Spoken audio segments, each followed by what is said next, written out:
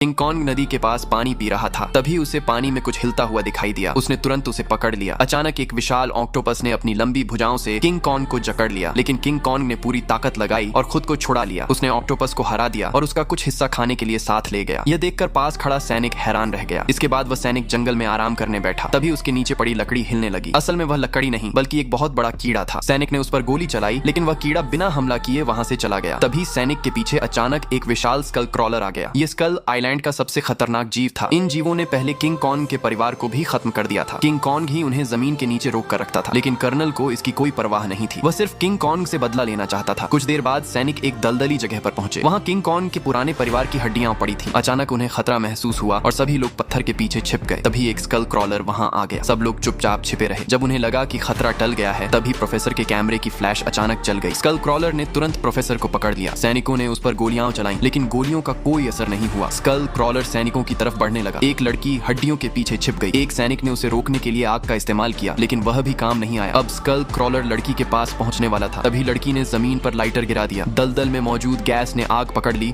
और जोरदार धमाका हुआ। इससे स्कल क्रॉलर खत्म हो गया। इसके बाद सभी लोग वहां से निकलना चाहते थे, लेकिन कर्नल अभी भी किंग कॉन्ग को मारना चाहता था। रात में उसने नदी में विस्फोटक डालकर आग लगा दी। किंग कॉन्ग आग देखकर वहां पहुंच गया। उसने देखा कि इंसानों ने उसका जंगल जला दिया है। गुस्से में वह कर्नल की तरफ दौड़ा। कर्नल ने नदी में आग और फैला दी। किंग कॉन्ग आग में घिर गया और थककर जमीन पर गिर पड़ा। कर्नल ने सैनिकों को आदेश दिया कि किंग कॉन्ग के पास बम लगाए जाए, लेकिन कुछ लोगों ने उसे रोकने की कोशिश की, क्योंकि अगर किंग कॉन्ग मर जाता तो जमीन के नीचे छिपे स्कल क्रॉलर बाहर आ जाते और इंसानों के लिए बहुत बड़ा खतरा बन जाते। तभी अचानक सबसे बड़ा स्कल क्रॉलर वहां आ गया। सभी लोग डर कर भागने लगे। इसी बीच किंग कॉन्ग को होश आ गया। कर्नल बम चलाने ही वाला था कि किंग कॉन्ग ने उस पर हमला कर दिया। अब किंग कॉन्ग और विशाल स्कल क्रॉलर के बीच जोरदार लड़ाई शुरू हो गई। अगले दिन भी वह विशाल जीव उनका पीछा करता रहा। अपने साथियों को बचाने के लिए एक सैनिक ने ग्रेनेड हाथ में लिया और उस राक्षस को रोकने के लिए आगे बढ़ गया।